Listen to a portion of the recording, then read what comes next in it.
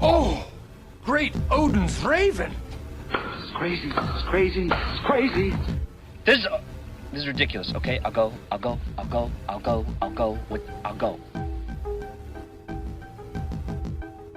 Hello and welcome to the FilmPulse.net podcast. This is episode number 62. My name is Adam. Kevin won't be joining us this week since he's in DC and I'm currently at the Sarasota Film Festival, but we have 3 great interviews lined up. First, I'll be speaking with director Andrew Leavold on his Kickstarter campaign, The Search for Wang Wang. Then Gina and I will be having a conversation with director Shane Carruth on his new film, Upstream Color. And finally, I'll be speaking with Joey Ansah on his Kickstarter project, Street Fighter Assassin's Fist.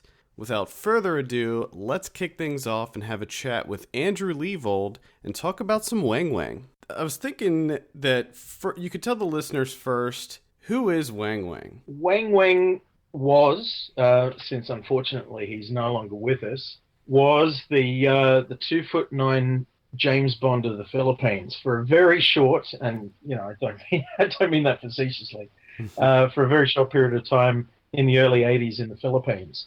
And inadvertently became, probably the most popular Philippine export outside of Imelda Marcos's shoe collection, before sinking into complete obscurity and anonymity and passing away in the early 90s. And of course, his story was such a mystery that when I first become, rather taken with Wang Wang, at the time there was no information on him whatsoever. And when you watch a Wang Wang film, you can't help but think, man, where did this little guy come from? What was his name? What happened to him after he stopped making movies? Was he still alive?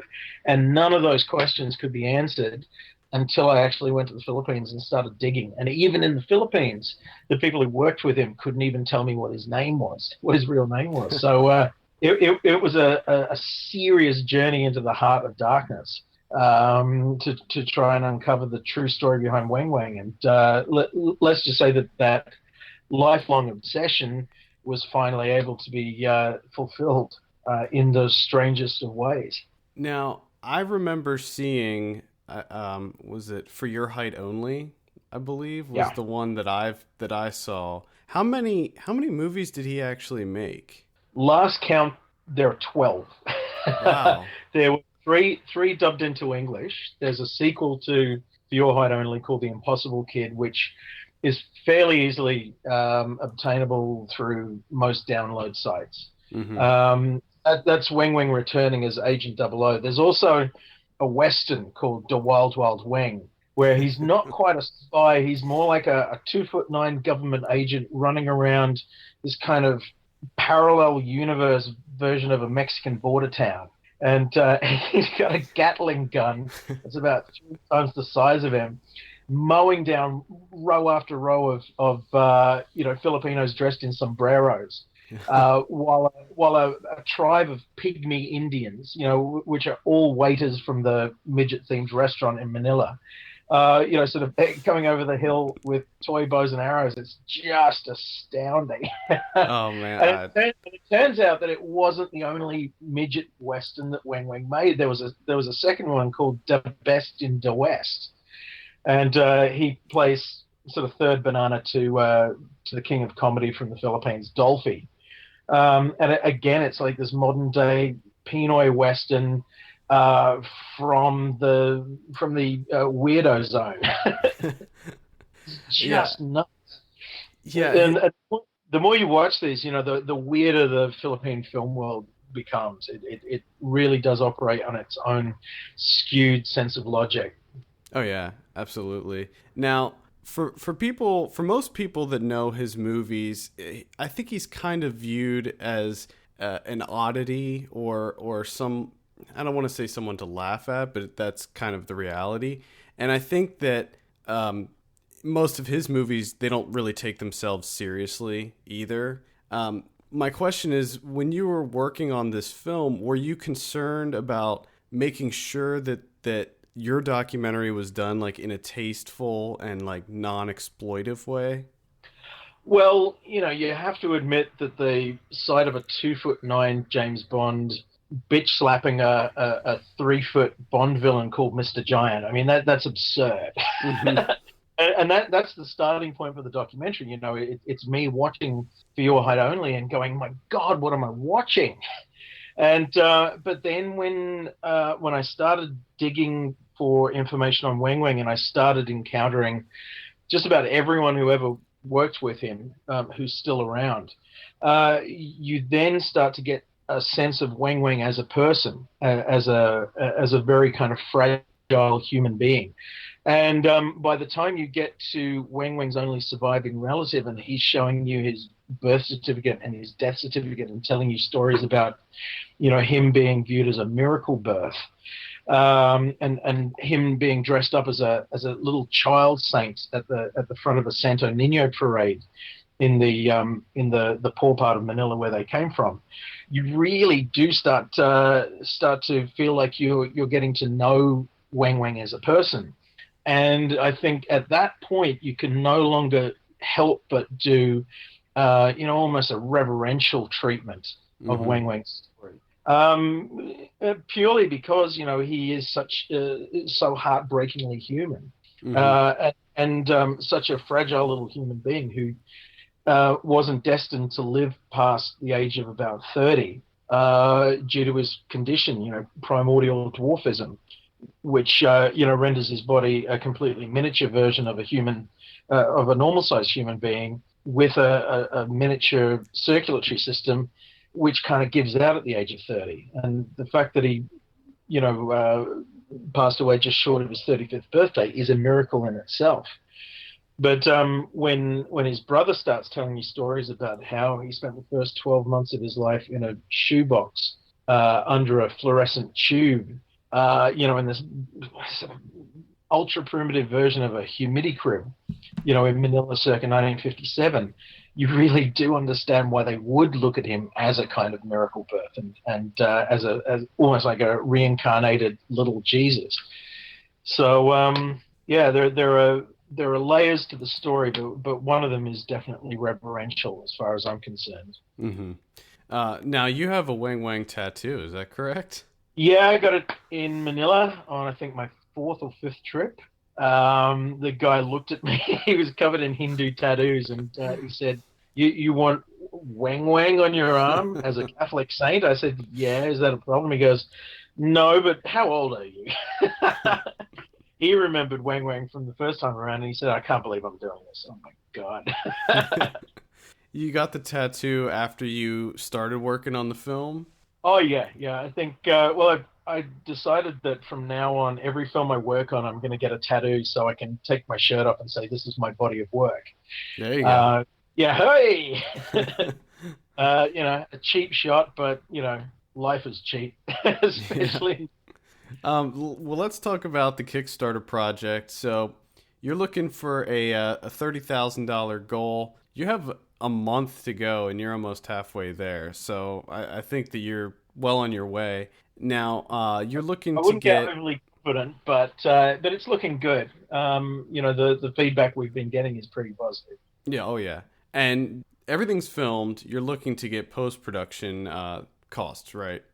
Pretty much, yeah. There's, clip rights, color grading, final edit, sound mix, that kind of stuff. Delivering the elements to to our Australian distributor, who's also our international sales agent. So, I mean, we've got a DVD release and theatrical release in Australia already lined up, as well as, connections with distributors overseas. It's almost like the release is a done deal. Mm-hmm. It's just getting that coin together to try and pay for all of the cost of getting it up to release quality. And also there's about $3 or $4 grand in the budget to do one last shoot in the Philippines and do a lot of stuff to camera, stage a dwarf wrestling match, interview the director of Chop Suey Met Big Time Papa, Weng Weng's second film, who I just happened to run into on my last trip over goat soup in a Quezon City drinkery. I think that just fill in the last 2 or 3% that we need to finish off the documentary. But I was editing this morning, and the whole thing's looking pretty damn good already. If I had to, I could finish the documentary next week, and it would still be pretty much how I would want the finished film to be. How many times did you go over there to the Philippines? It's been 8 trips so far. 8 trips. Wow. So Eight trips, yeah. And I now get to the stage where I'm doing lecture tours at universities in the Philippines, teaching them their B-grade film history. It's surreal, you know. I swear to God, universities, and I'm up there saying, well, you know, the history of Filipino pornography begins in 1969. ...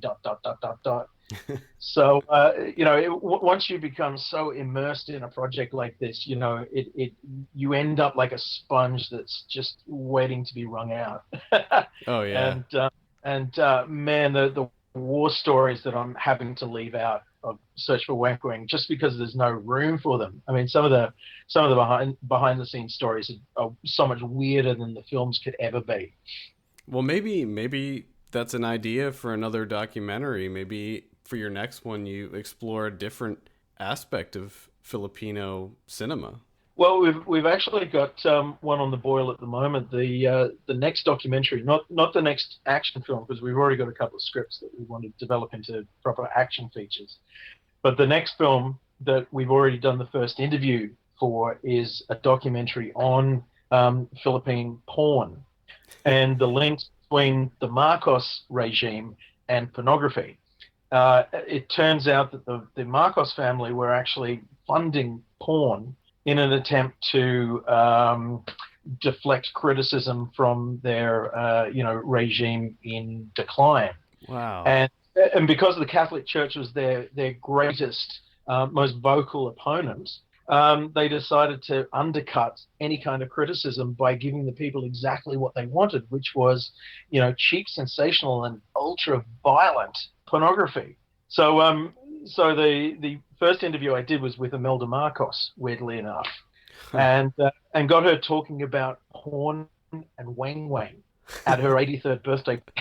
Oh my! This is what I mean. Like some of the stories are even weirder than the themselves. And sitting in Imelda Marcos's bulletproof bus, getting a guided tour of Marcos Town, and watching her kissing the glass coffin in which her frozen husband lie in state. That, as far as I'm concerned, that's probably the weirdest moment of my life. And I got it on film as well. Oh, that's priceless. That's Search for Wing Wing's money shot. Let's talk about some of the incentives. You got a bunch of good things. Are there any things that you want to highlight to prospective backers? Well, you know, even $15 gets you a download of the movie, and there's no such thing as an insignificant pledge. But I think for $50 you can get a DVD and a bobblehead. I repeat, a Wang bobblehead. You know, if this wasn't my film, I would be salivating with the idea of a Wang bobblehead. For $100, it gets you everything: a DVD, a bumper sticker, a T-shirt, a double disc edition of the movie. For $200, you also get a thank you in the credits in addition to all of the stuff. And it goes all the way up to the $10,000 deal, which is the executive producer package, where I fly you from wherever you are to Manila and take you on a week-long guided tour of Wangtown. Yes. And take you on a Midget Monday bar crawl from Hobbit House all the way to ringside, where you get to see the midgets wrestle in person. That sounds so amazing. No one's taken me up on the $10,000 deal yet. But I look to playing, you know, the version of Tattoo from Fantasy Island, you know. Oh, yeah. Running around like Herbie Villachez going, they're playing. as you land at Manila International Airport. Well, yeah, I remember when, as soon as I saw the project and I saw the logo that you have, I was like, yes, well, this is definitely the one. This is the one. And I was looking through the incentives and I saw the $10,000 one, and I think my mind was just completely blown off of that incentive. Yeah. Then you start looking at which organs you could sell in the black market. Yeah. I personally would love to take someone on a tour of Wangtown because, after 8 visits, you kind of feel like you're their unofficial ambassador. Mm-hmm. And the beautiful thing is that all of those guys who used to be in B films, the directors, the actors, the cameramen, they all pretty much still talk to each other. They all hang out together. They're our drinking buddies when we go over to the Philippines. And so, I can take you to the bars. I can introduce you to all of these extras from Apocalypse Now, who now just sit around and swap war stories and and plot and plan the next film. It's really kind of neat. Yeah, that sounds so cool. Have you thought about what you're gonna do if you end up getting like way over your goal? Oh yeah. I'm gonna get Eddie Nickart to recreate scenes from For Your Hide Only, and put that in the doco. We can afford a decent animator to come up with some really cool segues. That kind of stuff. Yeah, that'd be cool. I'm already planning on taking this overseas as a live show and stripping the voiceover and doing it as a live show, doing the narration live, and framing the whole thing as almost like an interactive experience with the audience. I reckon that would be neat because no one does that. Yeah, that would be great. That'd be great. Well, Andrew, thank you so much for taking some time to chat with us. Thanks for the call, man. I'll talk to you soon. All right, bye-bye. Cheers.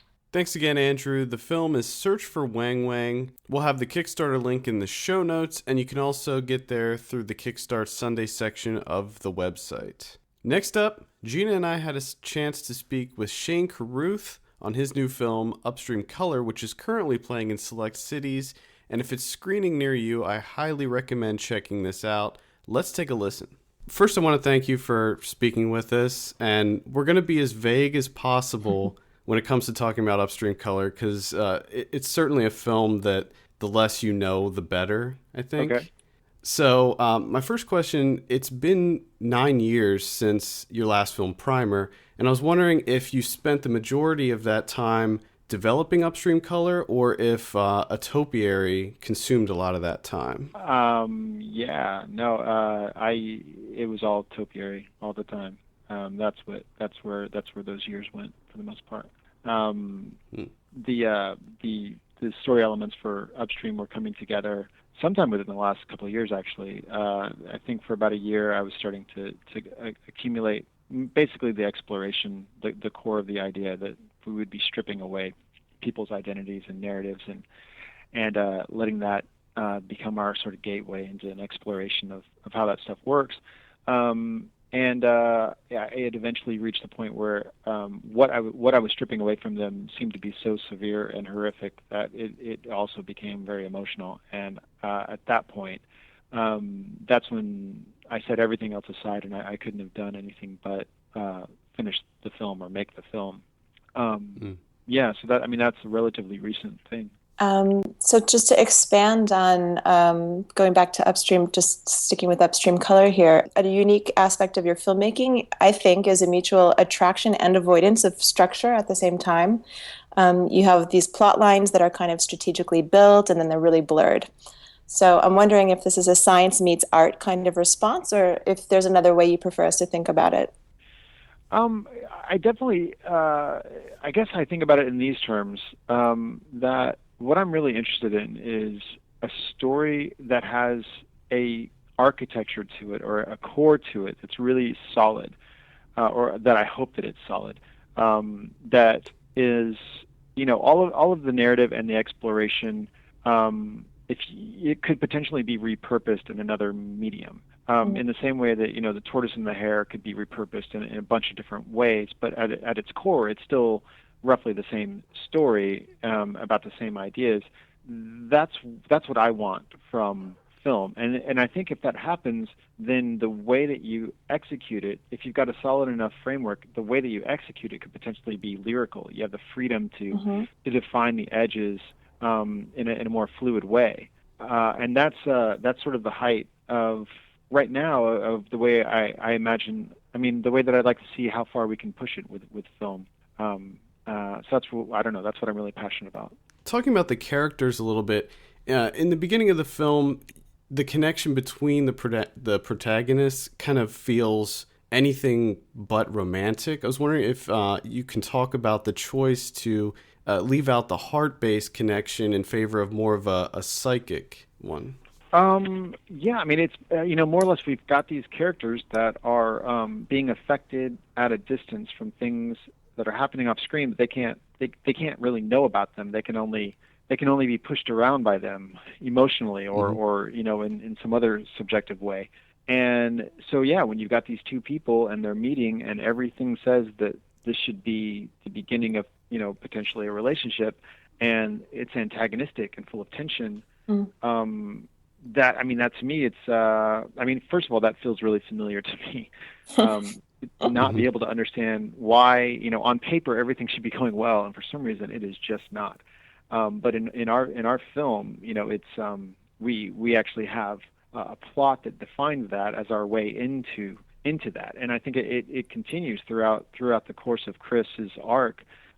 She's continually experiencing the mania and hysteria and emotion of things that she can't speak to. And so that was, that relationship was just yet another way to show that. Now, you've been credited as working with director Rian Johnson on Looper. That's a widely known thing. However, the effects work that you were kind of working with him on proved to be too expensive to include in the film. And what I was wondering is, can we expect any of those ideas in maybe The Modern Ocean or a future project?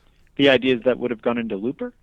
Yeah, maybe the specific effects work that you were kind of planning out. Oh no, those were specific to Ryan's story. No, yeah, I basically it was just when people in that film had their timelines rewritten, they would lose or invent or be met with new memories, and so this was a way to sort of visualize that. There was sort of a free-flowing bit of almost gravel material that would flow over and around. For instance, old Joe's wife, when he loses his memory of her or potentially loses it, his wife would be overtaken with this gravel, and it would flow in from different directions. And yeah, that was basically the idea. And then we did a bunch of previs stuff to show how it would work. And it would have been something separate from their effects workflow, so it would have necessarily been a little bit more difficult because it was a whole new process that would have had to have been set up solely for this. And then in the end, he found such a great way to do it through performance and editing and the way he shot it that it just wasn't necessary. Yeah. So you were happy with the end result with how they showed that? Oh, with Looper? Yeah. Oh yeah, no, that was the better choice, I think. Who knows what it would have looked like if we would have perfected it, but I'm not. He made the right choice. In Upstream, on a much smaller level, I sort of made the same kind of choice. We had a lot of really beautiful, intricate, microscopic shots, and in interior of Chris's bloodstream type shots, and there was a rough cut of the film that actually included some of these, maybe another, not even much more, probably another 40 seconds worth. And I ended up having to take them out because it really was starting to feel like this is a film now about her bloodstream. And how did you go about filming that? Was it practical, or did you use CG with that? Everything in the film is practical. I started doing some time-lapse photography early on in the writing stage, just to be sure that we could sort of do it with our setup, and then later on, the production designer Tom Walker set up a whole wonderful thing in the back room of the house I was running, where we were, we could do a lot of time lapse photography there, and or even real-time photography, but basically setting up these environments with like chicken breasts and red dye and all sorts of other things to make it look like the interior of her system. Yeah, it looked great. Oh, thanks. Yeah. So it's pretty exciting to be able to do that. And I mean, it's so much work to sort of reinvent the wheel, because this stuff has already been done before. We just don't know how to do it, so we're having to trial and error our way through it. But yeah, it's pretty satisfying when you finally do get the thing that looks right. Movie magic. Yeah. We've got one hypothetical question we were going to ask you, and it's totally for fun. And All right. they're just fun because they reveal something important, because they're impossible, right? So if you were limited to just one aspect of filmmaking, which would you choose and why? I would choose writing, directing, and I would also say that I refuse to separate those, because I think they are essentially the same thing, or should be. But that's the thing I'm the most passionate about. Just being able to figure out what film can do. And I just think it's really, I don't know. I mean, I guess maybe I should back up, because my passion is more for narrative than it is for film. It's just that film is currently what I think of as the height of what can be accomplished with a narrative right now. And maybe that's different in 100 years, but right now I just think it's the most effective form of storytelling that we have. And so, yeah, that's what I would say. Is there any jobs that you haven't done yet in filmmaking that you're planning on tackling next, like catering or anything like that? Well, I think this next film is going to have a level of practical effects or practical action that's much bigger in scale. So I mean, we're talking about, ships at war, basically, and privateers and pirates and some action elements.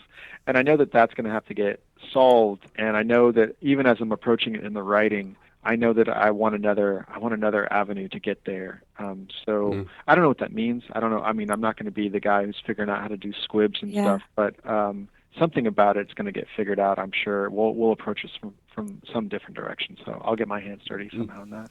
Very nice. Yeah. Exciting. I think we just have one more question for you, and I think that Adam really wants to ask this question. Oh, yeah. Were they, in fact, starlings? Great question. I think they were actually grackles. I think they actually were grackles. They were grackles. That's a flock of that's a breed of bird that comes through town at that time of year and every year. And so, that's something that I've always wanted to grab, and I definitely wanted it for this story. And so we actually waited, because there's only like a 3 or 4 day span of time that they'll come through town and just flock or just plague basically the different parking lots there in town. And so we waited for them, and we made sure that we shot that scene in the time that they would be there. Oh, that's great. That was like my biggest burning question. I know. With this movie. Aside from everything else, I needed to know that. Well, Shane, thank you so much for your time. We love the movie, and best of luck with all the, I'm sure, rigorous promotion you're doing right now. Well, thank you so much. Yeah, and thank you for your time. I really appreciate the questions. A big thanks to Shane for taking some time to speak with us. Again, I highly recommend checking out Upstream Color. And if you haven't seen his previous film, Primer, I would also recommend checking that out. It's currently playing on Netflix Instant. For our final interview this week, I had a great conversation with Joey Ansah about his Kickstarter project, Street Fighter Assassin's Fist. So let's get right into that. I guess the first question I have for you is, what are you a big fan of the Street Fighter games, and maybe what drew you into doing this project? Yeah, well, to answer your first question, I'm a massive fan of the games, and I've been playing them pretty consistently since the last 20 years, I'd say. So, if not longer than that, from when Street Fighter 2 first came out on the Super Nintendo and in the arcades. So yeah, I've been a massive I've done martial arts my whole life, and I think a lot of martial artists, particularly that have gone into some of the more extreme performance-based stuff, have been influenced by Street Fighter and by the moves, the styles and the special moves of it. So yeah, I've been a massive gamer and a fan of Street Fighter for forever, and it was the two. As you know, there've been two live-action Street Fighter films. The first with Van Damme, and then the more recent Legend of Chun-Li. And I just found Legend of Chun-Li so disappointing. I thought something needs to be done. And by this point, I had been in the kind of movie business and Hollywood system long enough to know how these kind of things were structured. And I just realized we are never going to get a faithful film unless someone like myself, who genuinely cares about the brand above making money. Of course, I've not put all this effort into this process for nothing, but my priority is making an integrity, a great project with integrity first, and that will speak for itself, and hopefully, do good business. Who was your guy? Who was your character? From way back, I always played with Ryu and Ken, but Guile. Yeah, I'm one of those people that jumps between charge characters and the kind of Hado characters. But I'm well-rounded. I can play with anyone, And in the more recent versions, Akuma nice. is probably my guy. So I take it that you now with the series, and this is normally we just do films. So this is our first web series that we are speaking with someone about. So maybe you can tell us a little bit about the dynamics of how the web series works, and maybe if you where you're going to be airing it, if you have any ideas with that yet. Okay, so it's an interesting one because what we're trying is something slightly new. Is to think of this essentially as a TV series in terms of format. It's just that online and web is one of the first distribution channels we want to target, because we feel we can hit our target audience quickest and best online. It's been written as commercial half hours, so that's 22 minutes, in normal talk. But it will also work. Our plan for the DVD is like a chapterized movie. If you think of the Kill Bill movies, the way Tarantino had chapter cards come up between different acts in the movie, think of this like that. So it will work as a serialized piece with kind of your classical pseudo cliffhanger on the end. But if you edited all those chunks together, you would have, over a 2-hour epic feature. Oh, okay. So the plan would be to go out online first, because we know where our target audience is. The success of Street Fighter Legacy, for example, that short sort of pilot proof of concept we did a couple of years back. We know where our fans are, so we thought partly this is a love letter to the fans, and it's like a lot of these films based on beloved properties or franchises, the studios often make them for the wider audience. So they dilute the source material and try and get bums on seats of all demographics. Right. Whereas I'm like, no, I want this to go. The gamers should be rewarded for it. They're the ones that have built up this brand in the first place. Yeah. Give it to them first. Market it to them first, and then let it propagate to the wider audience from that nucleus. I always feel if you've got a really hardcore fan base that are making positive noise about it, it's going to spread. Word of mouth and hype. It's going to spread, rather than trying to target kids, the female demographic, the older demographic, the younger demographic, all in one PG-13, package. I want to do a proper story that serves the story right. And if it's dark where it needs to be dark, it's violent where it needs to be violent. And it's being made for the right reasons. But to succinctly answer your question, the series will probably go online, possibly even in 11-minute episodes. So the online version, because keep the contents sort of shorter and snappier, but maybe 12, 11-minute blocks. Then I'm sure VOD services like Netflix and whatnot, and then eventually the DVD Blu-ray, where it'd be available to view in the commercial half-hour format as it was written, and as an edited together chapterized movie as well. That's great.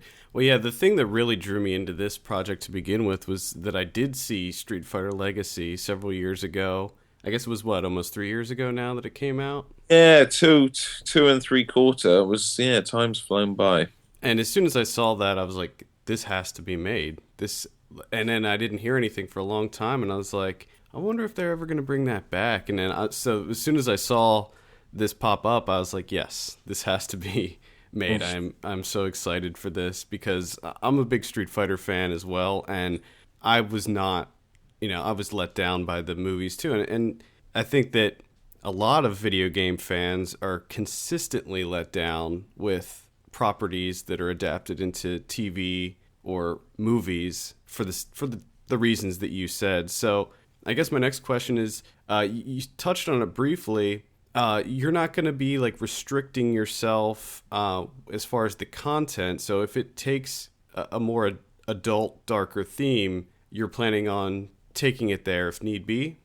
Yeah, I mean, look, Street Fighter is inherently not a uber gory or violent property. Right. It's not a Mortal Kombat. But if you look at, because of the subject matter that this series is tackling, which is all of the Ansatsuken characters, i.e. Ryu Ken, Goki, Goken, Gotetsu, the three generations of that Ansatsuken style. Anyone that knows the kind of Street Fighter lore will know that Akuma kills his master, Gotetsu, and he uses the Shungokusatsu, the Raging Demon, on him.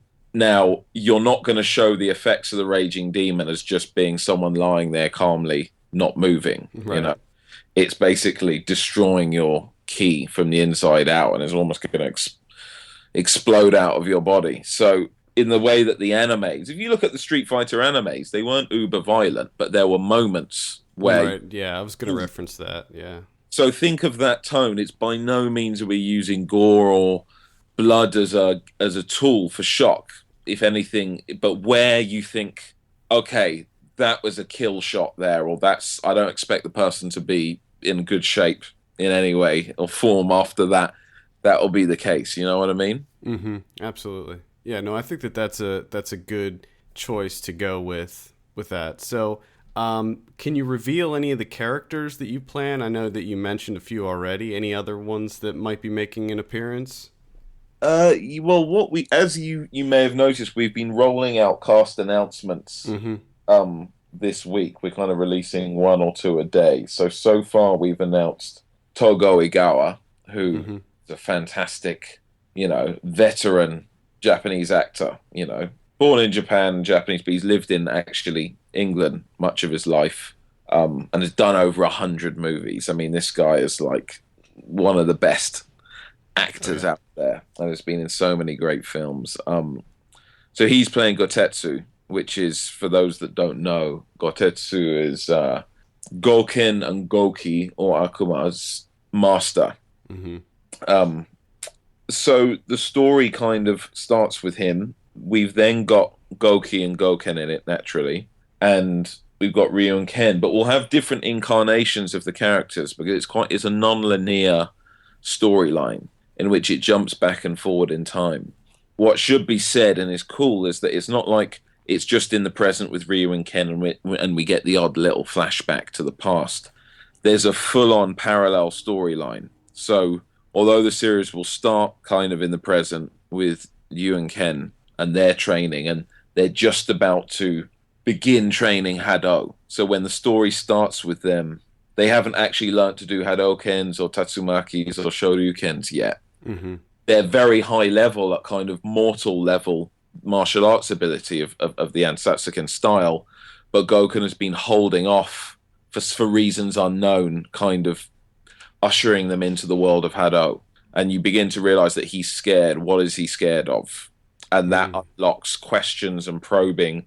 And as he finally relents and crosses that line that he feels is a point of no return, once I expose these boys to this ability, are the dark demons of my past now gonna come for them? You see what I mean? So you realize that, okay, Goken had a dark, tragic past that his students don't know anything about and we don't. and we gradually then the series starts going back to when he was Ryu and Ken's age, trained with Goki, and so we see the two boys, Goken. There's a female character that we haven't announced yet, but she'll be announced soon enough. And we see their training, and we see, all the key events that happen, the tragedies that happen, and how Goki essentially becomes Akuma the demon, and how the two brothers end up representing such separate ideals. You have on one hand, Goki or Akuma, who completely is consumed by Satsui no Hado. And then you have someone like Goken who's sworn not to really use it again and has turned to a purer way, the power of nothingness, Right.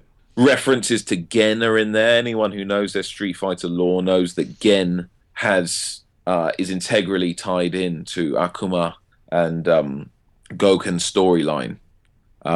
So it's great. It's super layered. It's super detailed. I mean, it even starts at the end of World War II. Gotetsu having fought in World War II as a, sort of high-ranking major in the Japanese military. And he's returned post-war. He's an old, he's getting old now. And he's the last Ansatsuken master. So he adopts two orphaned brothers whose parents died, during the war.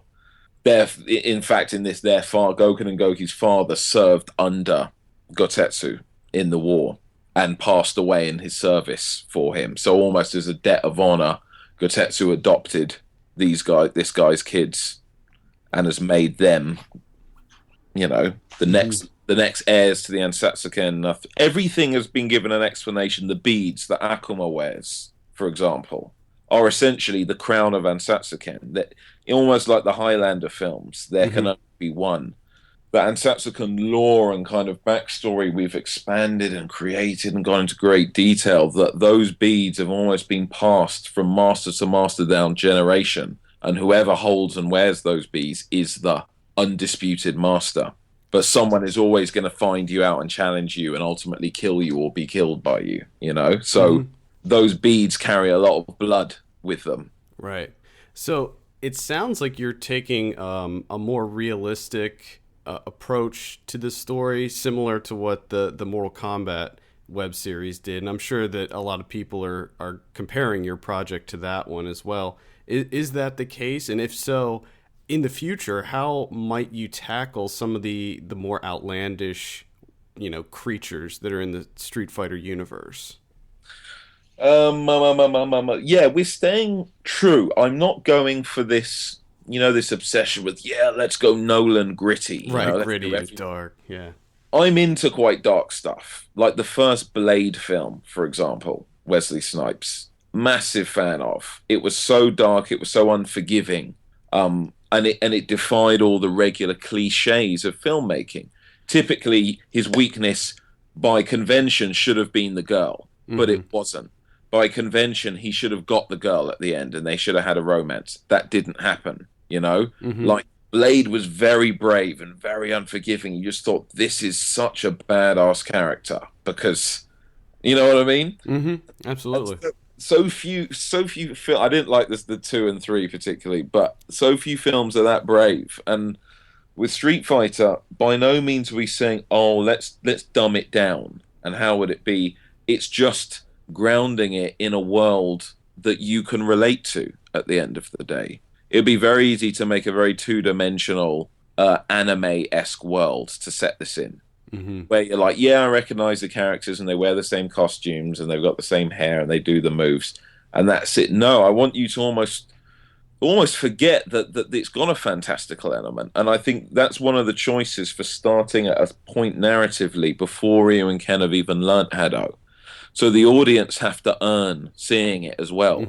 It's not like fireballs are flying around the place from the get-go. Right. And you'll understand the science of Hado. We're not just saying, they can do this shit because the script says so. And this universe, that stuff can just happen. No, there's almost a scientific breakdown of how Satsui no Hado works, how Power of Nothingness works, Okay, well, let's look at pseudoscience. For example, there's been more and more empirical research into acupuncture and meridians and ki and then chi, however you want to call it. And the fact that acupuncture, for some reason, is affecting brain activity. When they've done MRI scans on brain activity or CT scans during acupuncture, they're realizing that the areas of the brain that deal with pain are being switched off or less excited by a needle being in a specific point. And although it's not been fully explained by science, they're starting to acknowledge, the scientific medical community, that acupuncture does have an effect physiologically.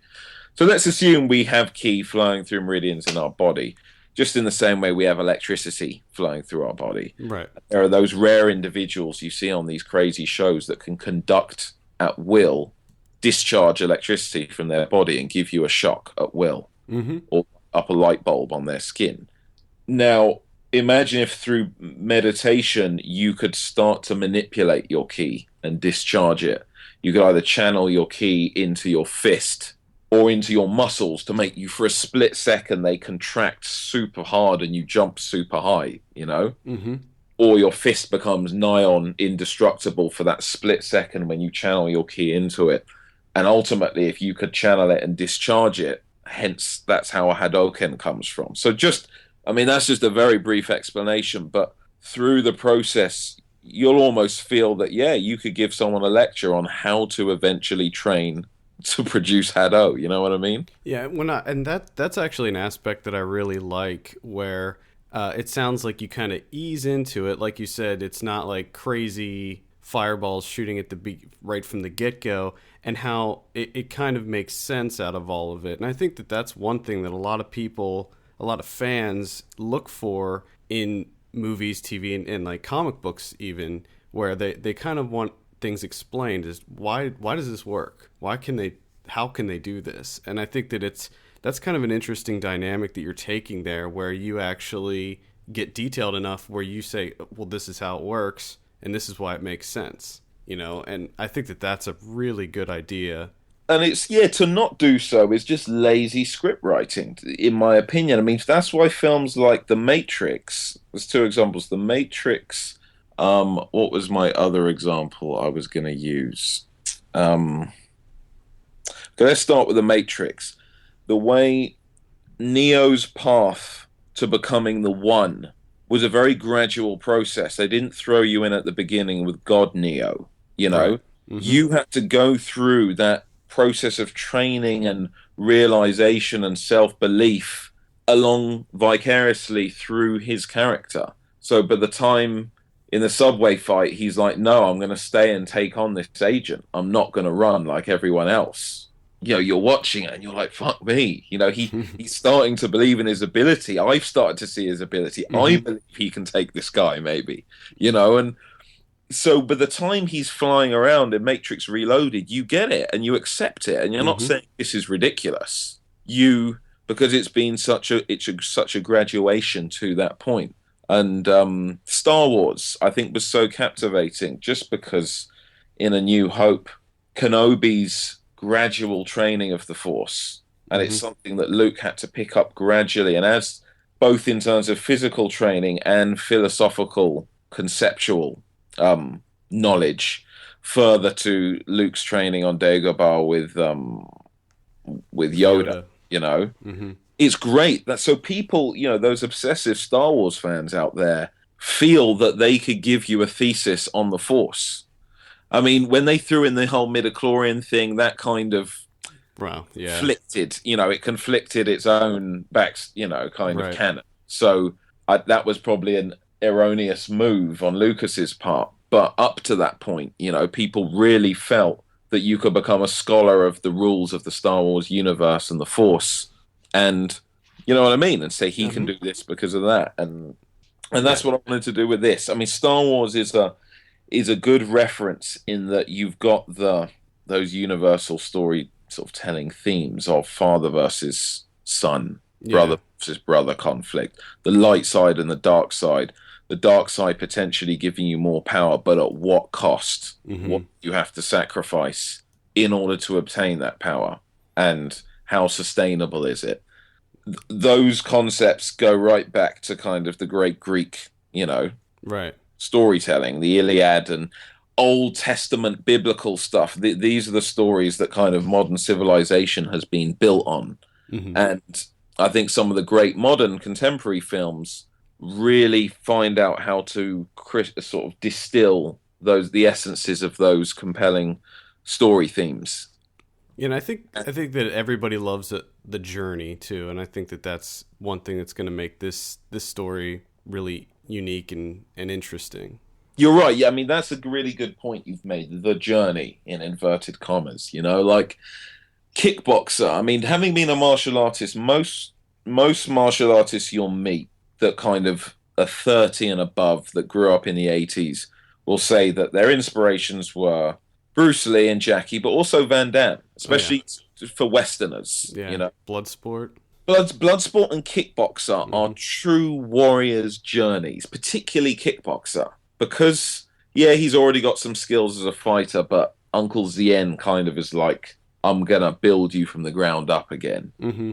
And that process, all those training montages and seeing him do his first few Muay Thai fights and the whole Tong Po conflict coming closer, it was a real journey. And after that film, you had to go out and start training. You were compelled to, you know what I mean?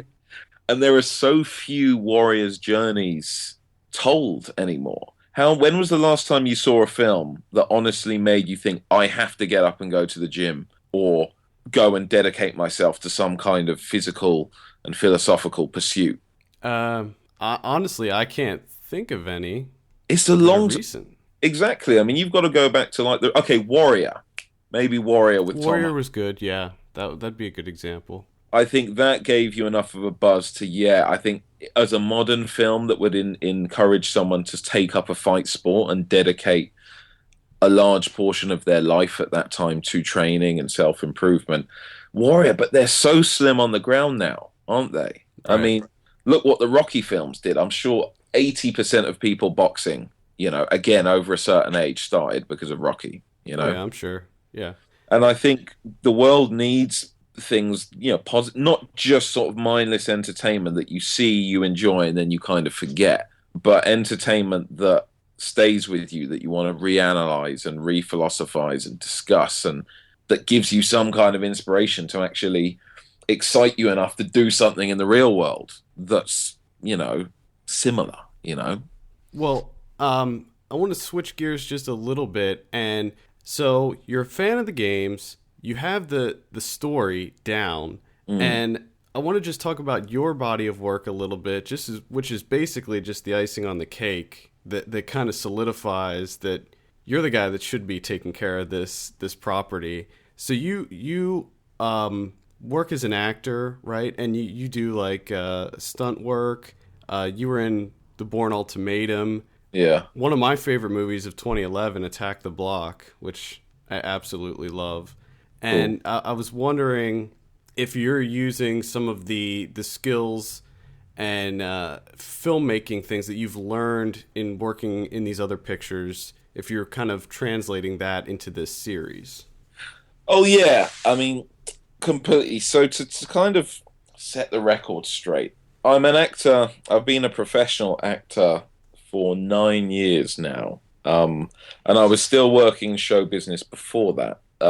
Believe it or not, I did a degree in human biology in Oxford. But whilst I was doing that degree, I already knew that, look, I love academia and learning, but it's not what I want to do with my life in terms of a career. And I knew doing something with my martial arts or show business was where I wanted to go. So I started breaking in whilst doing my degree. And Batman Begins was the first big studio feature that I worked on. Now, up to that point, I think this goes for a lot of action guys or stunt guys starting out. As a kid, you kind of ignorantly think that a stuntman and an action star or action actor are one and the same. Right. So you kind of think, if I become a stuntman, I'll end up getting to do those cool fight scenes on screen and getting to do those cool moves and looking badass like Jackie Chan or whatever. But maybe in the 80s, that would be true. You had a good physique, you had some good skills, you could have had zero acting experience, you may get a shot. at a lead in a B movie that was getting theatrical release back then. But as we know, the world has changed a lot since the 80s, and the action stars of today, 90% of them are straight up dramatic actors that just train up for the role. Mm-hmm. You know, because audiences for theatrical releases have come to expect a better standard of acting. And, you know, theatrical releases are so expensive now because of marketing costs, etc., etc. So I was thinking I'll become a stuntman, and there was the kind of urban myth, which is, I guess, true, going around that Ray Park originally in Star Wars was cast to be the stunt double or fight double for Darth Maul, and that there was actually another actor cast to play him. But when Lucas saw Ray Park in full, you know, motion, he was like, shit, this is the guy, you know? Right. Let's just have him as the actor who can do all his own stunts as well. So a lot of guys sort of doing martial arts and acrobatics and tricks heard this and were like, straight up, I'll become a stuntman, and the same thing will happen to me, you know? Mm-hmm. But you suddenly realize, like, no. So Batman Begins was really important because it was the turning point where I suddenly was like, hang on, I've got this wrong. I don't want to be a stuntman. I want to be an actor who can do his own stunts. Yeah. Because I love action and doing all the cool fights and flips and stuff. I love it. But as a young actor, standing there and watching Christian Bale, I was in the League of Shadows. So, you know, in the mountains, you know, where Bruce Wayne trained. So all that section of the film, and just being able to watch day after day Ken Watanabe and Liam Neeson and Christian Bale, you know, just doing dialogue and drama and tense stuff. I was like, some of the stuff, it's like, yeah, the hairs are standing up on the back of your neck. And you're like, this is what I need to be doing. Mm-hmm. If I can do that and have that effect on people and also do insane action, you know, then that's the best of both worlds. So suddenly from then it was like, forget getting on the stunt register. In the UK, all professional stuntmen are on a stunt register, and there's kind of a process to get qualified to go on that. Mm-hmm. So I thought, stop doing that, focus on becoming a serious, sort of respected dramatic actor, and then keep the action, keep my training up naturally, but keep the ability to do my own action as the kind of extra string to my bow.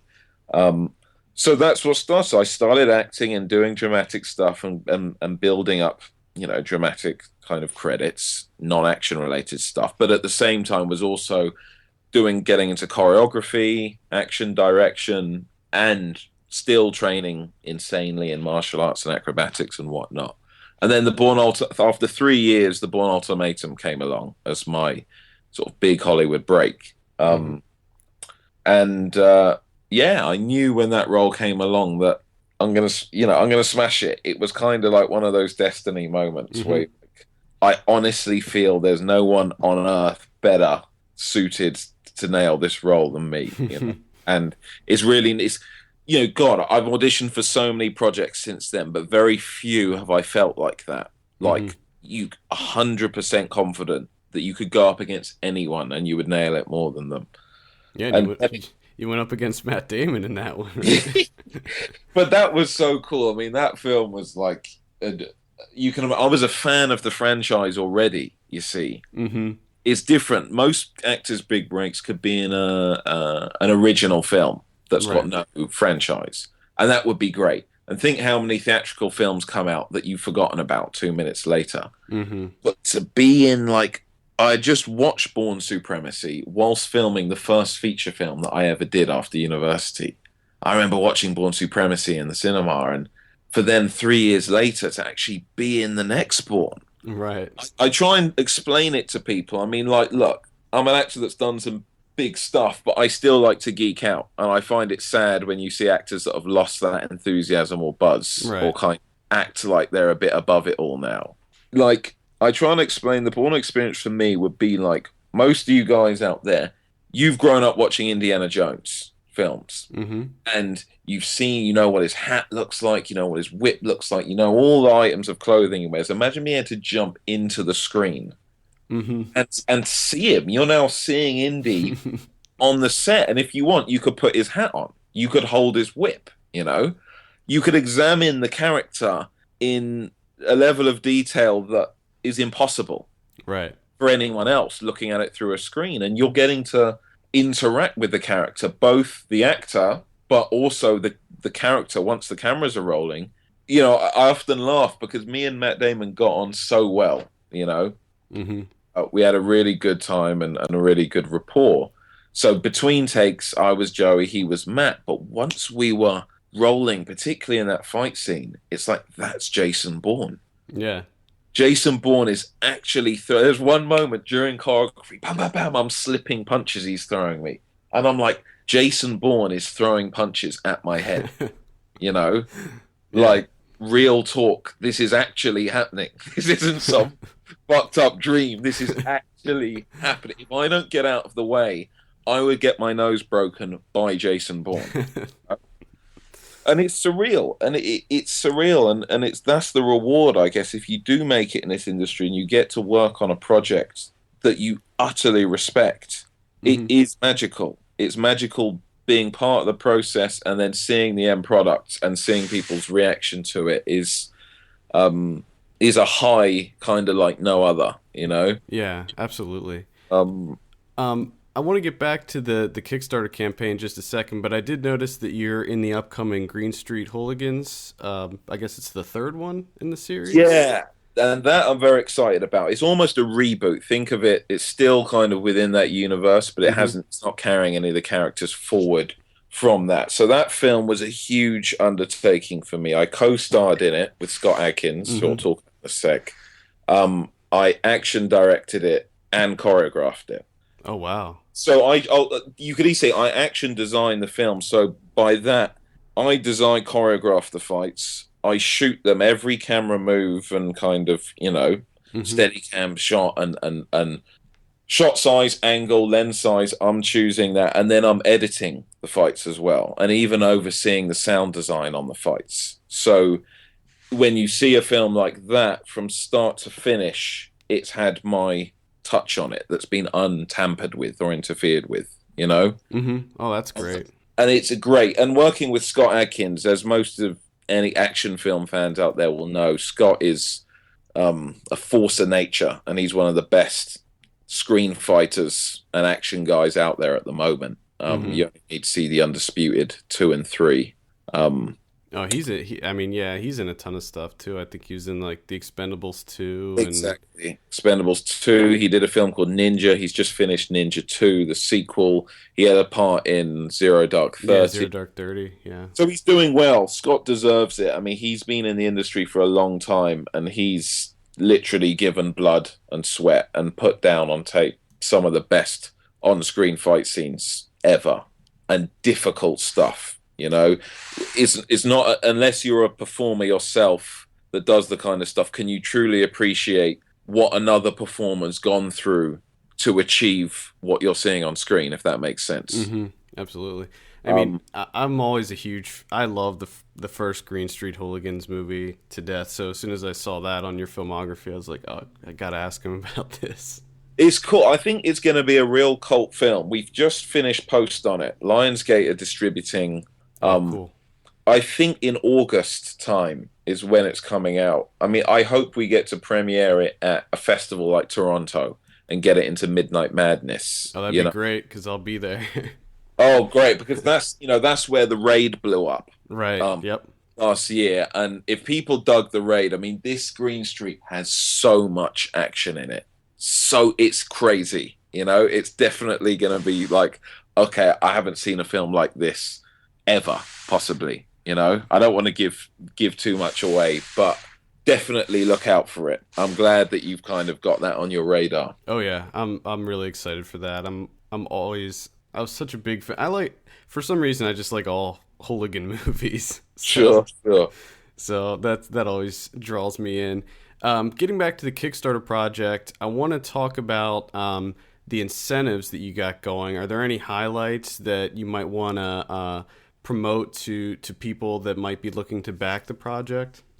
Yeah, wow, Kickstarter. So it's kind of, at the moment, I mean, I'll be honest in saying that we're not getting... Propagation is the key to a successful Kickstarter campaign, right? Getting the awareness out there. Right. To hit a target like we require or are asking for, we need about 15 to 25,000 backers, and that's donating anywhere from the lowest amount of like £1, which is probably $1.50, up to the larger ticket items. And there are so many Street Fighter films out there. As we know, Street Fighter 4 must have sold about 3 million copies. So the fans are out there. It's just reaching them. Now, the videos we've done are in the tens of thousands, but we need them to be in the hundreds of thousands, you know? We've offered a range of stuff, and we're going to continue to update the pledges. What we want to offer definitely is a chance to be in the film. There is a specific scene in mind that could do with extras, and there's a couple of parts that would soldier roles that would interact with Ryu and Ken without giving too much away. So as the campaign goes on, we want to try and make that available to people. But it ranges from stuff like the DVD itself. A lot of people asking, is there a Blu-ray? Yes, we're going to make a Blu-ray, and we'll update the pledges probably to reflect that fact. To limited edition T-shirts, to signed sort of 10 by 8 photos of the characters signed by the cast, right up to some of the actual costume and prop items, such as the gloves or the actual gis themselves, the full outfits. Oh, that's great. To set visits, etc., etc. I mean, we've had to put this campaign together quite quickly, so it's a really interesting, almost experimental experience to see what people want, what people don't want, what people find is too expensive or too little, you know?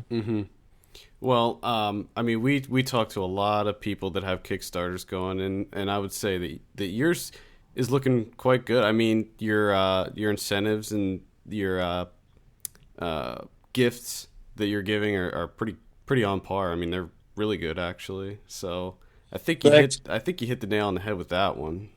It's just, I think one of the issues is, to listeners out there, particularly ones in the States, the way Kickstarter works is there's a US Kickstarter site in which all the bids are automatically in dollars. If you do not live in the United States, however, we're a UK-based production company. You have to have a UK registered business, social security number, you name it. You have to be a citizen in the United States in order to do a US Kickstarter. So we have to use the UK Kickstarter, and you can only have the pledges in pounds. Right. So it's a bit of a disadvantage, because the US Kickstarter, the minimum pledge is $1. But the UK Kickstarter, the minimum pledge is £1, which is probably like $1.50 or $1.60. So through conversion, the Americans will be paying a bit more. We've done our best to make it as clear as possible, but there's no other way around it. We cannot use the US Kickstarter site. And a lot of people are asking, why isn't it in dollars? If it was in dollars, you know, or can't you use PayPal? No, PayPal doesn't work with Kickstarter, you know? If you're pledging to a US Kickstarter campaign, you need to use an Amazon account. If you're pledging to a UK-based Kickstarter campaign, you have to use a credit or debit card. Which is quite simple. But I think still it's causing, I know a lot of Americans are a bit unsure about other currencies, and that's a bit of a kind of block or obstacle to them. And you still get, we're trying to field as many questions as possible that are coming in. And I think our second week, as in next week of the campaign, we're going to kind of come back with a updated strategy, having analyzed what issues people are having, and try and amend it and throw in a few more incentives as well. Great. All right, well, thank you so much, Joey, for taking some time to speak with us. Best of luck on this series. I cannot wait to see this. And best of luck with the all your acting projects. It looks like you have a bunch coming up. So there's another, The Numbers Station with John Cusack, that comes out, I think, 26th of this month. Yes. So yeah, that comes out soon. Look out for that. Me versus Cusack. Nice. Check it out. All right. Well, thanks so much, Joey.